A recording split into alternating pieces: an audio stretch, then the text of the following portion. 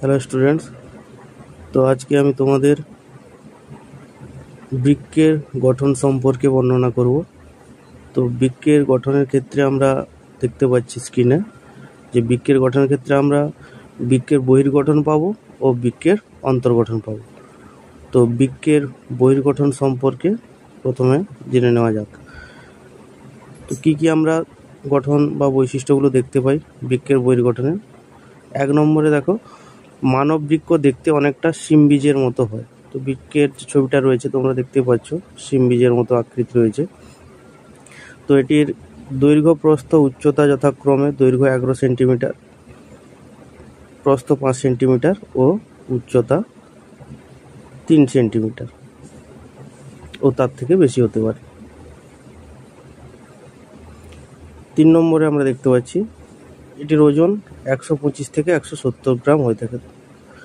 অর্থাৎ মানব যে বৃক্ক রয়েছে বা কিডনি যাকে আমরা বলি, ইংলিশ টার্মে হচ্ছে কিডনি, তো সেই কিডনির হচ্ছে ওজন 125 গ্রাম থেকে 170 গ্রাম হয়ে থাকে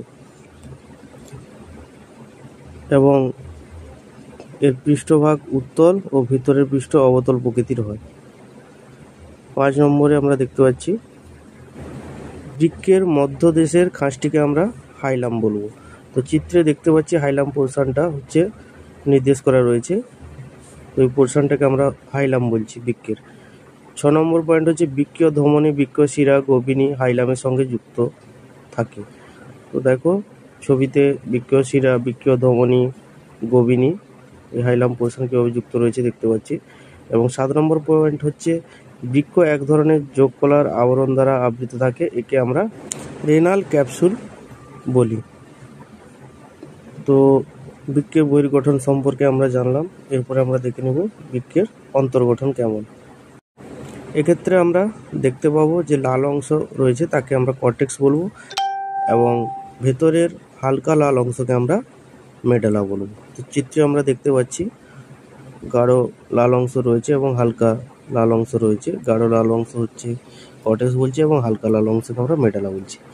2 নম্বরে হচ্ছে প্রতিটি বৃক্কের কর্টেক্স এবং মেডালা অংশে আনুমানিক 10 লক্ষ নেফ্রন থাকে। তাহলে এই বৃক্কের যে কর্টেক্স ও মেডালা অংশ রয়েছে এখানে আনুমানিক 10 লক্ষ নেফ্রন থাকতে পারে। 3 নম্বর হচ্ছে মেডালার ভেতরে যে ফাঁকা অংশ থেকে গভীনী উৎপন্ন হয় তাকে আমরা রেনাল পেলভিস বলবো। 4 নম্বর হচ্ছে বৃক্কের মেডালা অংশের স্থানে স্থানে কর্টেক্সের অংশবিশেষ সম্প্রসারিত থাকে। এই ধরনের সম্প্রসারিত অংশকে আমরা বৃক্কীয় পিরামিড